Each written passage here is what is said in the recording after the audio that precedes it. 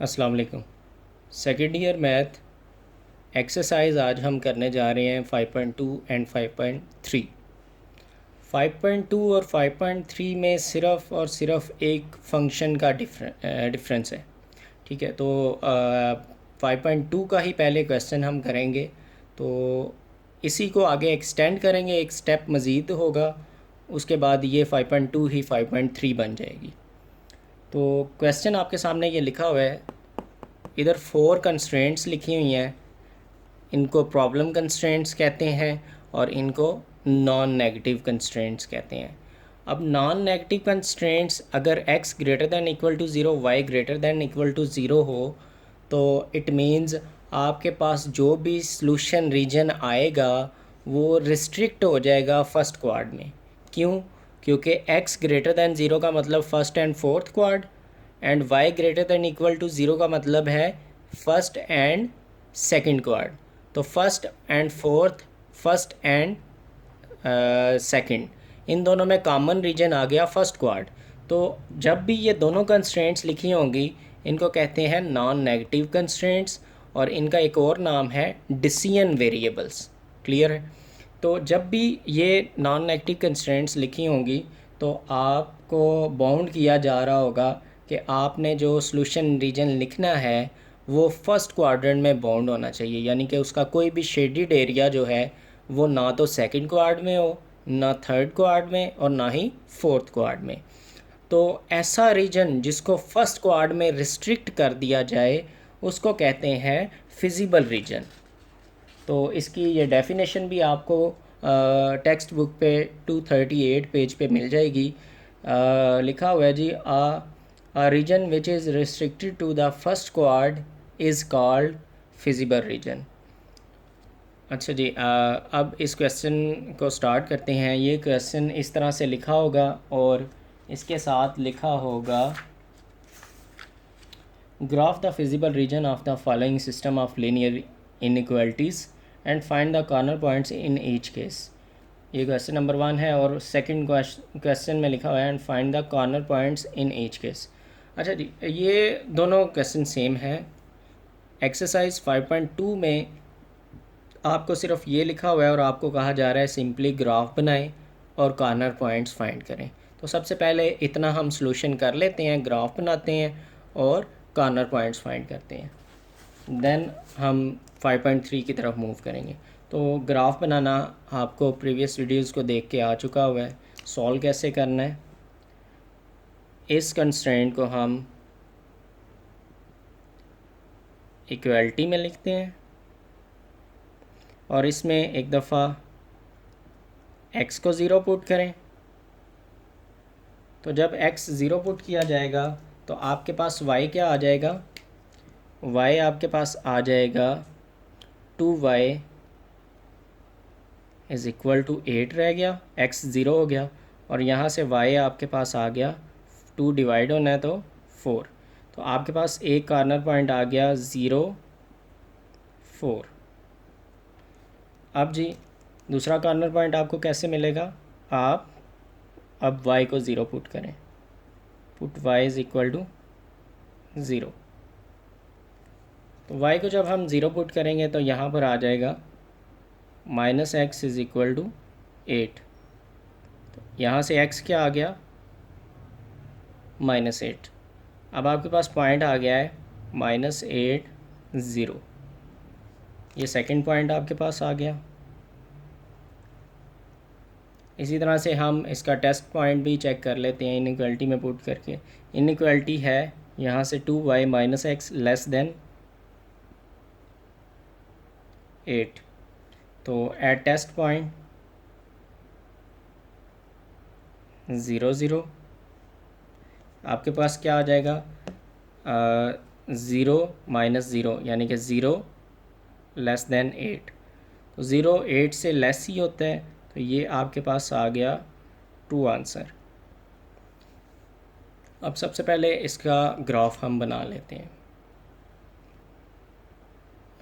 First point था जी -8 0 1 2 3 4 5 6 7 8। तो यहाँ पर 2 2 4 2 6 2 8। तो ये हमने -8 पे एक इस तरह से उसको बोल्ड कर दें और इसके साथ लिख देना है -80। दूसरा पॉइंट है 0 4, तो एक्स एक्सिस की तरफ 0, यहाँ पर 4, तो ये आपके पास दूसरा पॉइंट आ गया 0 4। अब इन दोनों पॉइंट्स को आपने मिला के लाइन को एक्सटेंड कर देना है। अब जी नेक्स्ट आपके पास क्या था रिज़ल्ट था ट्रू का मतलब टुवर्ड्स ओरिजिन। तो इसका ओरिजिन इस साइड पर है, हम एक एरो लगा देंगे कि इस साइड को हमने शेड करना है। नेक्स्ट सेम जैसे हमने फर्स्ट कंस्ट्रेंट को सॉल्व किया, ऐसे ही अब हम सेकंड कंस्ट्रेंट को सॉल्व करने जा रहे हैं। तो ये हमने फर्स्ट कंस्ट्रेंट की तरह सेकंड को सॉल्व कर लिया। एक दफ़ा इक्वल टू 4 रखा, यहाँ से इसको एसोसिएटिव इक्वेशन बनाया, x0 पुट किया, एक पॉइंट आ गया, y0 पुट किया, दूसरा पॉइंट, 2 पॉइंट आ गए, और इसको इनइक्वालिटी को लिख लिया और टेस्ट पॉइंट पुट किया, तो रिज़ल्ट आया 0<4 विच इज़ ट्रू। अब इस कंस्ट्रेंट को सॉल्व करने के बाद इसका भी हम उसी ग्राफ पे इसको भी ड्रा कर लेते हैं। तो पॉइंट आए थे 0 -4, 0 1 2 3 4, ये आ गया 0 -4। दूसरा पॉइंट आया हमारे पास 4 0, ये आ गया 4 0। अब क्या करना है, इन दोनों पॉइंट्स को आपने मिला के एक्सटेंड कर देनी है लाइन, और इस तरह से आपने एक्सटेंड कर ली।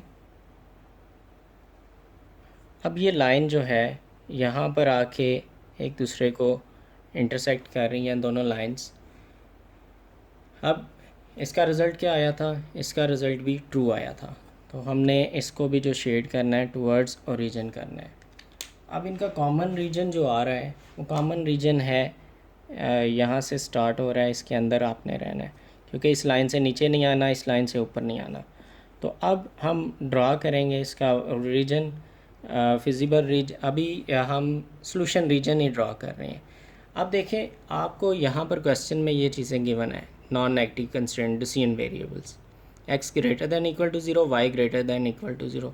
इसका मीनिंग ये है कि जो आपने शेड करना है वो सिर्फ फर्स्ट क्वाड्रेंट में हिस्सा रहना चाहिए। तो फर्स्ट क्वाड्रेंट में यहाँ तक जो है वो पार्ट होगा। इसके अलावा अगर हम शेड करेंगे तो वो यहाँ पर भी नहीं कर सकते, क्योंकि ये फोर्थ क्वाड, ये थर्ड क्वाड, ये सेकंड क्वाड, हमने फर्स्ट क्वाड में रहना है। अब ये जो मैंने हिस्सा आपको शेड करके दिखाया है, ये कहलाएगा फिजिबल रीजन, क्योंकि हमने इसको रिस्ट्रिक्ट कर दिया है फर्स्ट क्वाड में। तो अब इसके कॉर्नर पॉइंट फाइंड करने हैं। अब इसके कॉर्नर पॉइंट्स हमारे पास 4 हैं, एक हो गया 0 व 4, एक ये कॉर्नर पॉइंट है जो कि 0 0 है, उसके अलावा एक कॉर्नर पॉइंट ये है 4 0, और एक कॉर्नर पॉइंट ये है जो कि अभी अननोन है। तो सबसे पहले हम इस कॉर्नर पॉइंट को फाइंड करते हैं। तो इस कॉर्नर पॉइंट को कैसे फाइंड करेंगे, ये दो लाइंस के इक्वेशंस ये हैं जी आपके पास। ये एक लाइन है, इसको इक्वेशन 1 कह लेते हैं, इसको इक्वेशन 2 कह लेते हैं। अब इक्वेशन 1 और 2 को हम सॉल्व करते हैं। Solving equation 1 and equation 2। अब इक्वेशन 1 और 2 को हमने कैसे सॉल्व करना है। इक्वेशन 1 और 2 में देखें जो वेरिएबल्स हैं वो क्या है।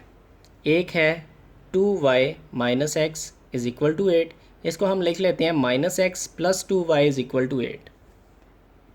-x + 2y is equal to 8, ताकि x हम पहले लिखें। और इक्वेशन नंबर 2 क्या है, x - y is equal to 4, x - y is equal to 4। अब इन दोनों को कैसे हम सॉल्व करेंगे, देखें अल्टरनेटिव साइन है, कोएफिशिएंट सेम है, ऐड करने से कैंसिल हो गया, 2y - y, तो ये y आ गया। और 8 + 4 12, y की वैल्यू 12 आ गई। अब y की वैल्यू दोनों में से किसी एक इक्वेशन में पुट कर दें। मैं इक्वेशन नंबर 2 में पुट करने लगा हूँ। From equation number 2 x minus y की जगह क्या रिप्लेस करना है हमने, 12 इज इक्वल टू 4। -12 इधर जाएगा तो क्या बन गया, आपके पास आंसर आ गया x इज़ इक्वल टू 4 + 12 16। तो अब आपके पास ये वाला पॉइंट जो है वो आ गया है। वो पॉइंट क्या है, 16 एंड 12। आप इस पॉइंट को यहाँ पर मेंशन देन कर लें, 16 12। अच्छा जी, अब कॉर्नर पॉइंट्स की हेडिंग दें आप।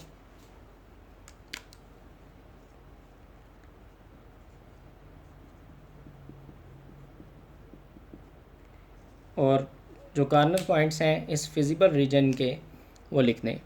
फर्स्ट पॉइंट था 0 4, सेकंड 0 0 एंड देन 4 0,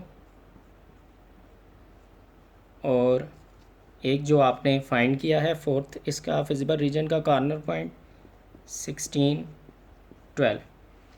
तो क्लास यहाँ तक जो क्वेश्चन है ये है एक्सरसाइज 5.2 का। यानी कि अगर आपको 5.2 का क्वेश्चन आता है कॉर्नर पॉइंट तक फाइंड करें तो आपने यहाँ तक क्वेश्चन को करना है। अच्छा जी, इसी क्वेश्चन के अगर स्टार्ट में ये बात लिखी हो, maximise f(x(y) 2x + 5y subject to the constraints, और आगे वही कंस्ट्रेंट्स लिखी हुई हैं। देन आप इसको कैसे सॉल्व करेंगे, वर्क सारा सेम है। आपने पहले इसको सॉल्व करना है, देन ये वर्क करना है, कॉर्नर पॉइंट भी फाइंड करने हैं। कॉर्नर पॉइंट्स को फाइंड करने के बाद आपने क्या करना है, एक टेबल बनाना है। उस टेबल में हम पहले इसको लिखेंगे f(x(y) is equal to 2x + 5y। तो हमने वो कॉर्नर पॉइंट फाइंड करके कॉर्नर पॉइंट लिख दिए। यहाँ तक आप पहुँच गए थे लास्ट क्वेश्चन तक।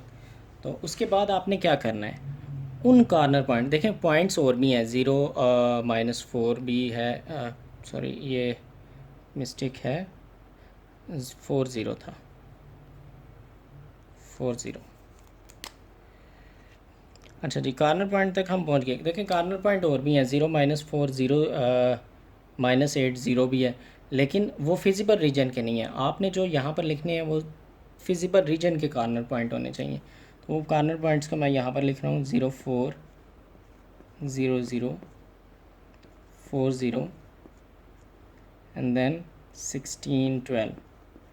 अब आपने करना क्या है, इसमें वैल्यूज़ ये रिप्लेस कर दें x और y की जगह।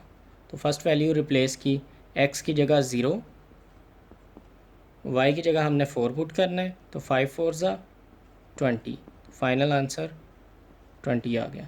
नेक्स्ट 0 0 0 + 0 0 आ गया, 4 0 2 4 8 प्लस y की जगह 0 पुट करना है, तो ये 0 हो गया 8। नेक्स्ट x की जगह 16 पुट करना है, तो ये 32 हो गया, प्लस y की जगह आपने क्या पुट करना है, 12, तो 5 12 60, तो फाइनल आंसर आ गया जी 92। अब आपको क्वेश्चन में यहाँ पर देखना है कि यहाँ पर मैक्सिमाइज़ लिखा हुआ है या मिनिमाइज़, MIN भी लिखा हो सकता है।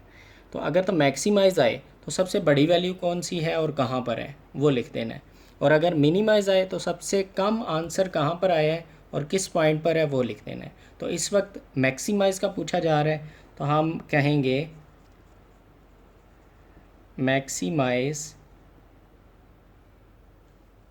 maximum value is 92, so maximize